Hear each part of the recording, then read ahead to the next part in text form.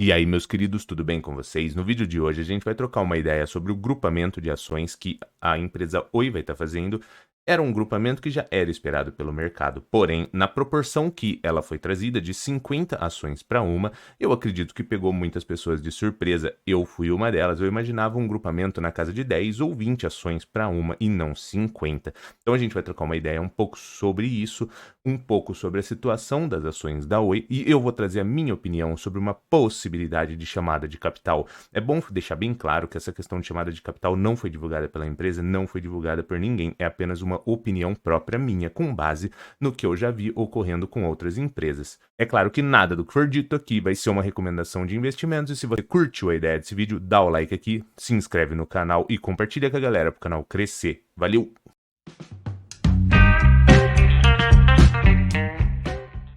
A gente está aqui no Status Invest. Para quem ainda não conhece ou não utiliza, é uma ótima ferramenta para tu fazer suas pré-análises de investimento. Vamos falar um pouco sobre a questão do grupamento de 50 ações para uma. O grupamento ele não tem o poder de valorizar ou desvalorizar as suas ações. O que acontece? Quando uma notícia de grupamento chega ao mercado e a empresa já está em uma situação ruim, como a Oi está, as ações tendem a desvalorizar, mas não é por conta do grupamento, é porque eles começam a justamente imaginar cenários e daí talvez traga mais riscos e incertezas para as ações e por isso que acaba ocorrendo essa desvalorização, igual a que ocorreu nos últimos 2 meses, que a ação era cotada a 50 centavos mais ou menos e agora está em 26 centavos. E quando esse grupamento vier a ocorrer, como ele vai ser uma proporção de 50 ações vão virar uma ação, caso fosse nesse preço de 26 centavos, 50 ações a 26 centavos virariam uma ação com um valor de R$ 13. E isso não quer dizer que você teve um ganho de capital sobre isso. Você simplesmente juntou as ações, juntou o valor unitário delas e daí você teve um novo valor de cota que vai aparecer na sua tela do home broker. Mas isso não refletiria nem valorização ou desvalorização das ações. Então agora que a gente já explicou, esse poder de desvalorizar ou valorizar, que ele não existe, ele acaba ocorrendo devido a incertezas ou possibilidades que os investidores acabam especulando. Vamos ver aqui a questão de valor de mercado da empresa de 1.778 bilhões e número de papéis de 6.603 bilhões. O que vai acontecer nesse grupamento? Esse número de papéis aqui, ele vai ser dividido por 50. Por quê? Porque 50 ações vão virar uma. Então esse número de papéis aqui, ele iria ficar ali próximo, numa casa de 130 milhões de papéis, ou seja, não iria mudar nada para a empresa. Imagine um cenário onde você tem duas pizzas do mesmo tamanho, uma delas com 100 pedaços e outra com 10 pedaços. As pizzas são de tamanhos iguais, porém, os pedaços eles têm tamanhos diferentes. É mais ou menos isso que ocorre quando você faz um grupamento de ações.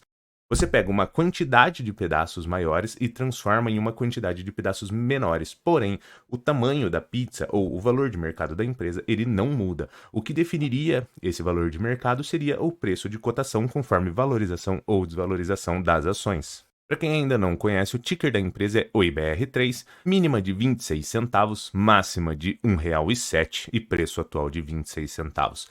Uma desvalorização de 74% nos últimos 12 meses. Por que eu quero trocar uma ideia sobre isso? Muitos investidores, principalmente investidores mais iniciantes, quando começam a entrar nesse mundo de ações, eles começam a querer ter ganhos rápidos.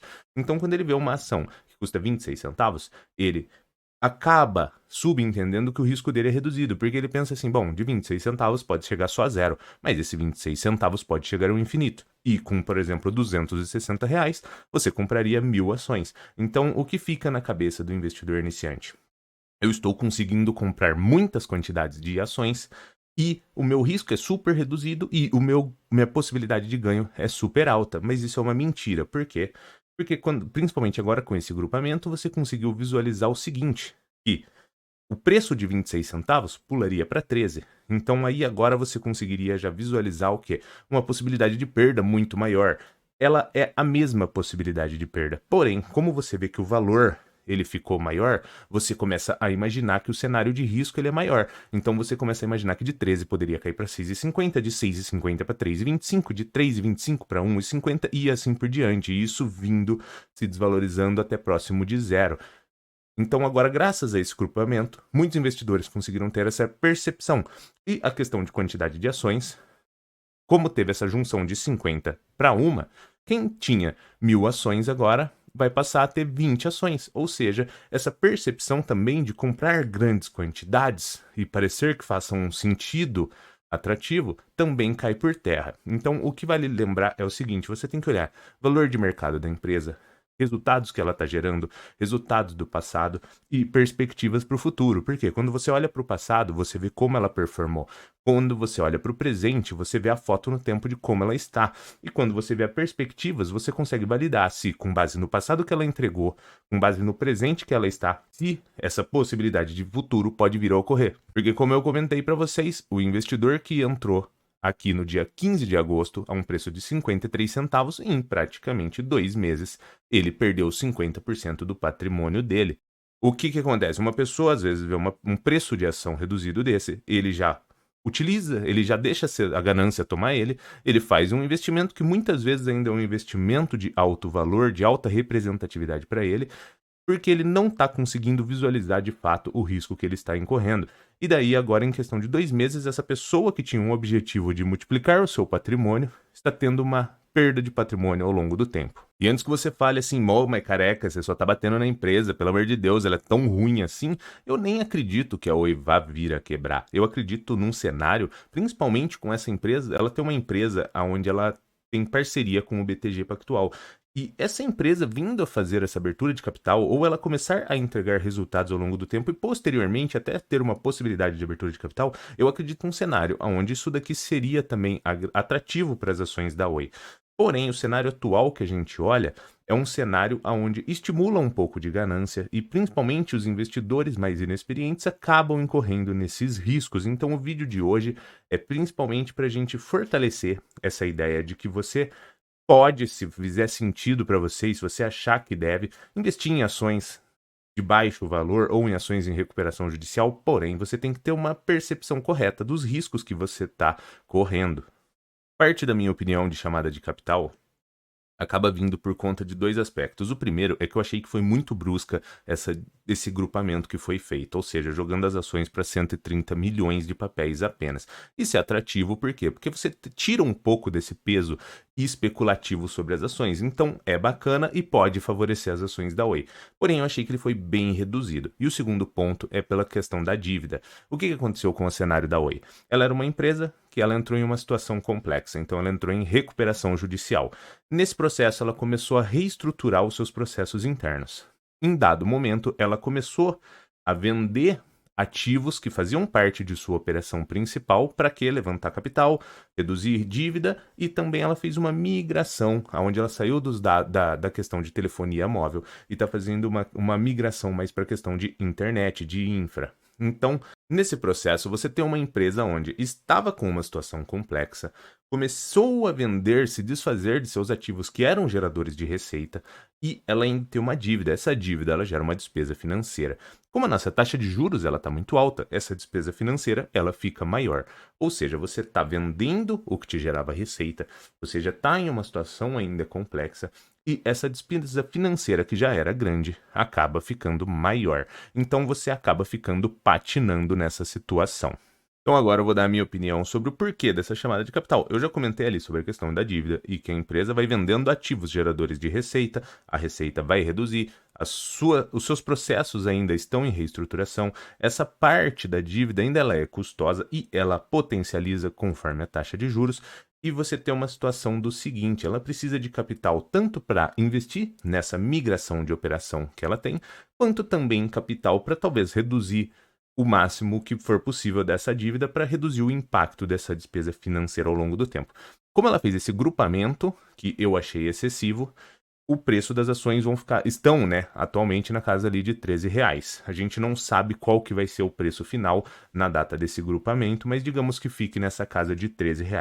Existe também essa possibilidade de saída da recuperação judicial, que caso venha a ocorrer, acredito eu que possa trazer uma valorização para as ações. Ou seja, você teria ali umas ações que talvez estejam cotadas a 13. Uma possível saída de recuperação judicial poderia ter um aumento, até porque alguns fundos poderiam cogitar também investir e tem essas questões todas. Como você tem um preço de papel mais elevado, imagina você fazer uma chamada de capital a 26 centavos. Se o pessoal já não está querendo comprar nem a 26 centavos, você vai sair o quê? Uma chamada de capital a 2 centavos? Então você faz esse grupamento traz essa percepção de preço diferenciada. Se ocorrer essa saída de recuperação judicial, você tenderia também a ter um aumento de preço nas ações. E claro, tudo isso daqui está sendo favorável se você preparar para pensar para o investidor, porque você reduz a especulação quando você achata o número de papéis. Você saindo de recuperação judicial, você poderia ter investimento de fundos. Mas o que me preocupa é essa questão do seguinte: se for feita essa chamada de capital, ela tenderia a ser numa proporção que fosse diluir os acionistas. Pegar um exemplo, por exemplo, de um caso recente da IRB. Eles foram caindo até 2,20 por conta de uma possibilidade de chamada de capital e acabou que as ações agora estão em R$ 1 após a chamada de capital. Ou seja, os acionistas que não tinham dinheiro para participar disso ou que não quiseram participar disso foram diluídos de uma forma grande. E no caso da Oi, isso poderia vir a ocorrer, porque a empresa poderia fazer uma chamada de capital, aproveitando que esse grupamento trouxe um preço de cota mais interessante, então talvez que ela estivesse ali com um preço de cota de R$ 15 e ela fizesse uma chamada de capital e essa chamada de capital caísse a um valor de 8, por exemplo. Dependendo do número de ações que ela emitisse, ela conseguiria levantar um grande capital, o que seria benéfico, porque você concorda, você reduziria a dívida. Poderia investir nesse novo segmento onde ela está migrando, mas o principal problema é o seguinte: os acionistas que já estão investidos no papel poderiam, além de ter essa desvalorização, porque sempre que vem uma chamada de capital com uma empresa que está numa situação complexa, isso acaba atrapalhando o preço do papel. Aconteceu com o IRB, aconteceu com diversas outras e poderia vir a ocorrer com o Oi. Então, quem já está investido poderia se complicar. E o segundo ponto é o seguinte: quem está investido tem a prioridade para poder fazer as aquisições, como ocorreu na questão da IRB. Mas e se os investidores não tiverem capital naquele momento ou não quiserem? Eles estariam, além de tendo uma desvalorização, sendo diluídos mais ainda. Então o objetivo desse vídeo foi apenas para dar essa opinião, porque, como eu falei, não tem nenhuma divulgação de que isso vai ocorrer, é apenas uma opinião própria minha, mas eu quis trazer ela aqui para vocês porque eu achei ela atrativa, eu achei que ela é uma opinião que ela pode agregar valor e não desagregar valor, porque eu simplesmente estou dando uma opinião e sendo conservador com o que pode vir a ocorrer. E comenta aqui pra gente, você investe nas ações da Oi, pretende investir? Eu atualmente não invisto, mas acredito que se ocorrer esse cenário onde eu estou comentando de chamada de capital e ocorrer uma euforia aí negativa nesse processo e as ações virem a ter uma grande desvalorização, eu posso cogitar uma entrada após essa chamada de capital. Mas atualmente não tenho. E é claro que nada do que foi dito aqui foi uma recomendação de investimentos, porque você que tem que ser responsável por estudar e se capacitar, porque no fim do dia o lucro ou prejuízo é inteiramente seu. Se você curtiu a ideia desse vídeo, dá o like aqui, se inscreve no canal e compartilha com a galera. E comenta aqui embaixo também, você acha que eu tô viajando? Você acha que não tem possibilidade nenhuma de acontecer isso tudo? Ou você acha que faz um pouco de sentido? Ou você acha que faz muito sentido? Comenta aqui, deixa nos comentários e compartilha com a galera. Valeu!